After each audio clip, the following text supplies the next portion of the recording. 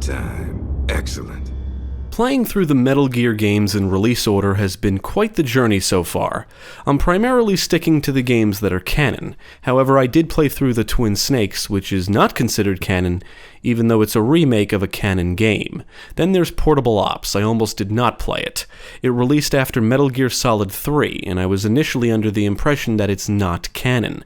Plus, I've already been frustrated with the controls of the previous games, and I could only imagine how they would be on PSP. A friend of mine suggested I skip it and jump right into Metal Gear Solid 4, and I almost did. But I wanted to be sure it wasn't canon first, so to confirm I did some research, and the results initially left me confused.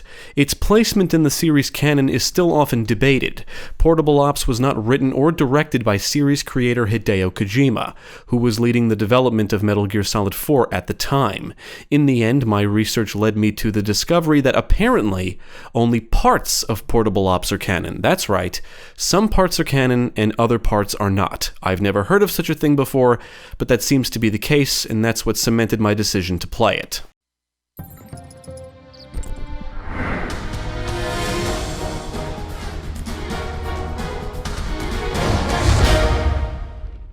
Developed by Kojima Productions and published by Konami, Metal Gear Solid Portable Ops was released for PlayStation Portable in December 2006. Portable Ops does deviate from the typical series formula and includes some new stuff, including recruiting soldiers and squad management.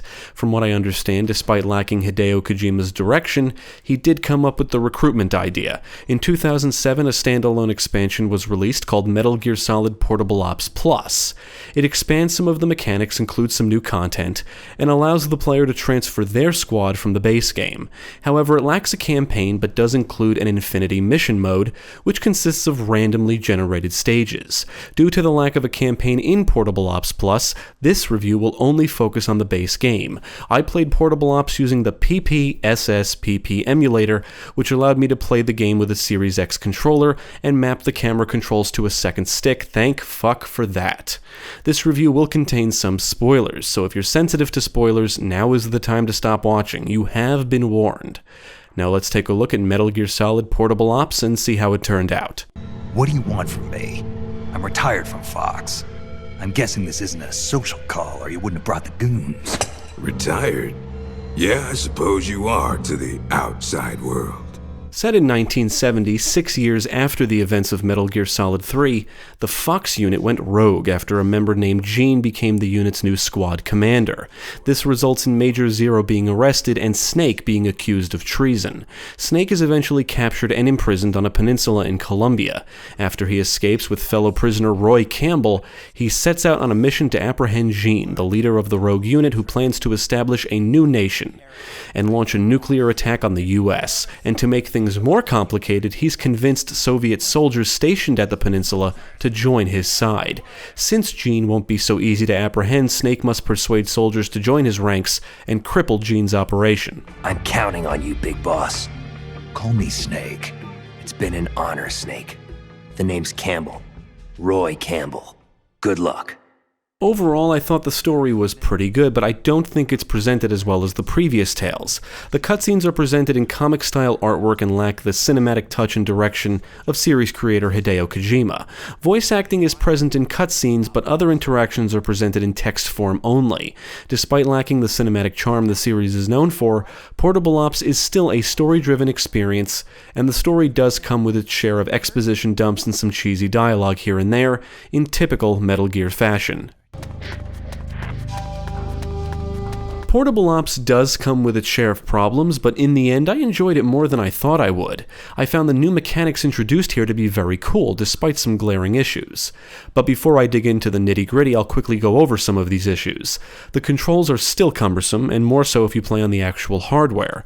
Many locations are bland and uninteresting, the gameplay can get repetitive, and some of the mechanics are tedious.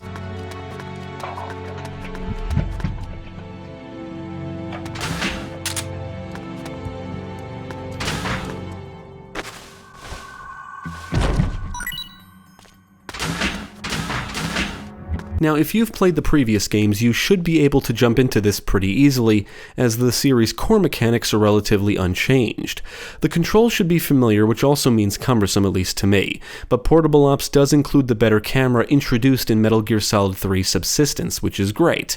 However, the PSP's lack of a second stick or nub means you'll have to rely on other ways to control the camera, like the D-pad or face buttons, for example. And this is the primary reason why I played the game via an emulator. As I mentioned before, I played with a Series X controller and was able to map the camera controls to the second stick. Portable Ops does include a sound indicator on the HUD, which basically tells you what direction enemies are located and how close to you they are, and I found that it does prove to be quite helpful. Now, the biggest new thing in Portable Ops is the squad stuff. You can recruit soldiers to join your squad, or what I'll call army, assign them to different units and manage their equipment. Standard soldiers recruited from one of the many locations in the game can die permanently, but unique characters cannot, and these are characters you can recruit after meeting certain requirements or by entering passwords. Portable Ops does come with an online component, which I did not get to try, but from what I understand, your performance online can have an effect on single player and vice versa. Who's that? The stealth and alert systems basically work like they did before, but now you go on missions with a unit consisting of multiple soldiers, and that means you can play as and switch between any soldier or member of the unit. When you switch members, your current member will hide in a box somewhere in the environment, and you must be near a hiding place to do this. Since your sneaking unit will consist of recruited soldiers, they can usually blend in and freely navigate around the environments without drawing negative attention, which is nice. However, any enemies that are a different character model than your character can easily detect that you're a threat, which I found to be annoying after a while, and in some cases it just doesn't make sense.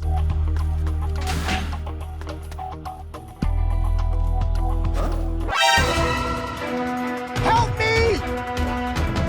Recruiting soldiers is tedious, the dragging specifically. You must knock an enemy out and either drag them to the truck to capture them, or drag them to a box hiding another member of your unit and then use the radio to capture them. Once a soldier is captured, they are imprisoned until they can be convinced to join, which may take multiple days, and you can wait or skip up to 3 days in between missions, which also gives soldiers time to rest and heal. Soldiers can come with different careers and classes, or in other words, special abilities, one of which is the ability to drag soldiers faster, but it's still a tedious task. It appears dragging them to boxes is supposed to be the faster and more convenient way to do it, but that means you will have to hide members in different parts of the environment since they're all hidden near the truck at the start of a mission.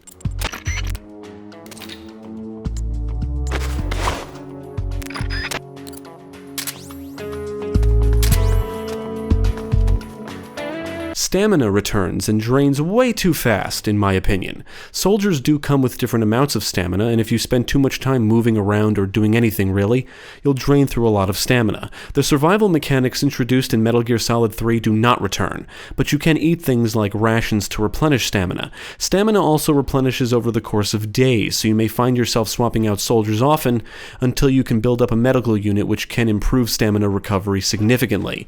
As mentioned before, many soldiers come with careers and abilities.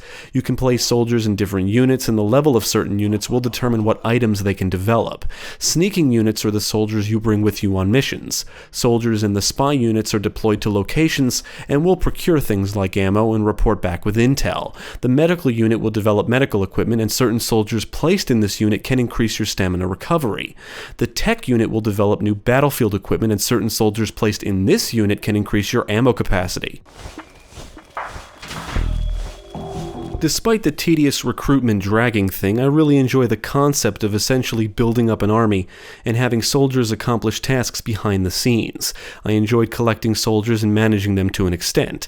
You can swap out what weapons and items they carry, and the intel you receive from your spy units will often include the locations of new weapons that you can collect.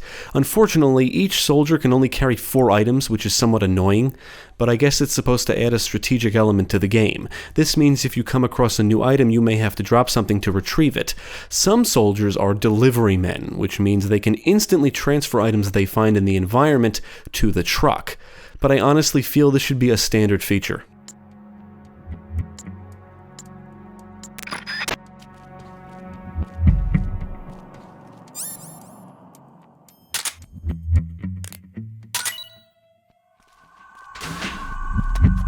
Before starting a mission, it's wise to think about what soldiers you want to bring with you and what they're carrying, so having a variety of different soldiers in your sneaking units is usually ideal. However, you won't always know what to expect on your first visit to a location, which often makes it difficult to plan accordingly. Should I bring certain weapons? Do I need to bring medical supplies or rations? Am I going to fight a boss? What enemy character models are here? Unless the game outright told me what I would need, these are the kinds of questions I would often ask myself. Ultimately, I think there are a lot of odd or tedious or slightly annoying things in this game that stack up, but I do think the recruitment and squad stuff is refreshing, and I feel it's the game's saving grace. It's what kept me going.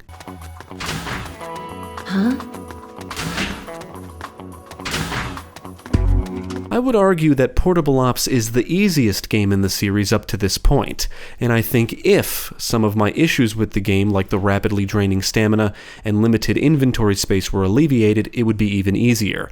So I guess some of the design choices were implemented to balance things, although I still say the recruit by dragging method is terrible. From what I hear, this is improved in Peace Walker, so I am looking forward to that. Now, besides simply evading enemies or gunning everyone down, you can simply recruit every enemy on the battlefield, giving you free reign to explore the location at your own leisure. You will engage some bosses as you progress through the story, and some can be recruited. I can't say any were super challenging, and the battles seem to lack the creativity of some of the bosses in the prior titles. Why?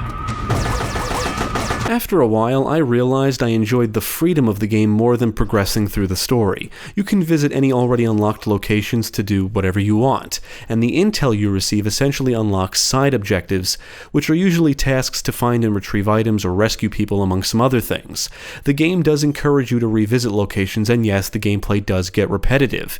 It also doesn't help that the environments are small and mostly uninteresting, but despite that, I enjoyed being able to ignore the plot to travel to different locations, whether it was to recruit more soldiers or retrieve items or complete a side objective, without the narrative being shoved in my face. Just like most side objectives, story objectives are typically simple and straightforward, and several start and end with cutscenes and expositions. The side objectives offer a break, if you will, from the narrative. They allowed me to enjoy my favorite aspects of the game, the squad stuff, without narrative interference, which I found refreshing. I enjoyed building up my squad and trying out different soldiers, equipment, and approaches, even if revisiting the same locations over and over again got repetitive.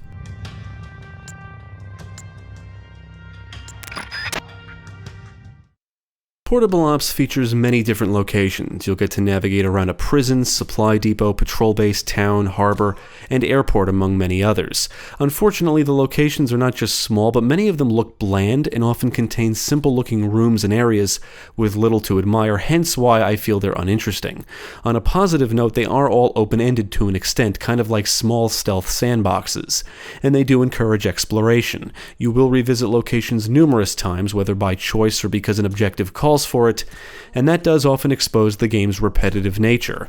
An objective or mission may dictate small changes during a visit to a previously explored location, like certain paths are blocked off or different enemies appear, but these changes rarely make a noticeable difference in terms of challenge or how you tackle a situation.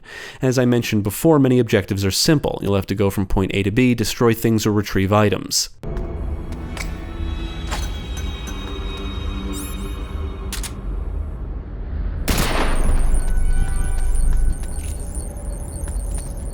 Now, Portable Ops' presentation is okay at best.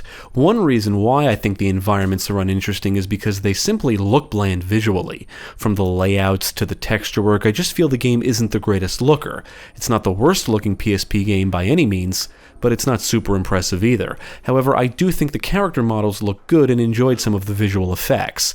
What really looks cheap is the character portraits during radio interactions. They look like simple cutouts, and it just doesn't look good, in my opinion. On the audio side, the sound work is pretty good, but the soundtrack isn't on the same level as the main titles.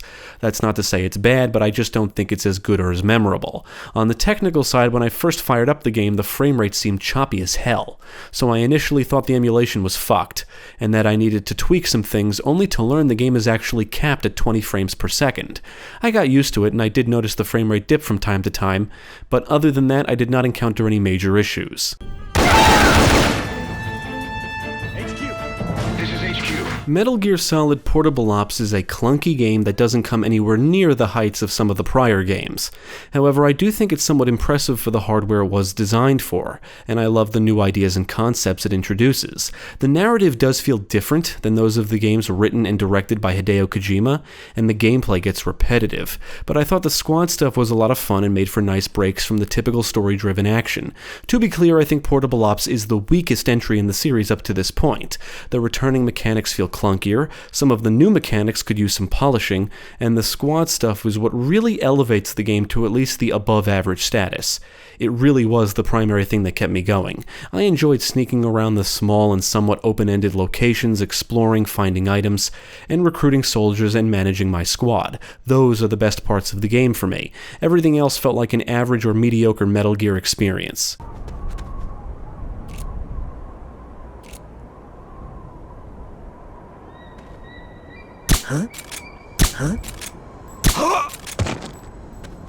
I would recommend Metal Gear Solid Portable Ops just for the squad stuff alone. The game introduces some cool ideas and concepts that I only hope are polished up and fleshed out more in future titles.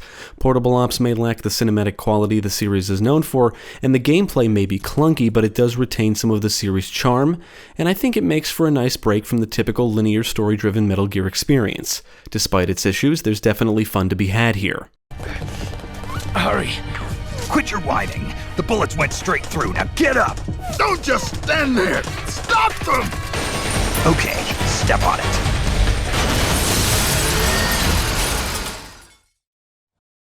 Thank you for watching. If you enjoyed this video, check out the rest of our channel, follow us at the links below, and you can also support us on Patreon. If you're interested in more gaming content, check out our friends over at Gamecast.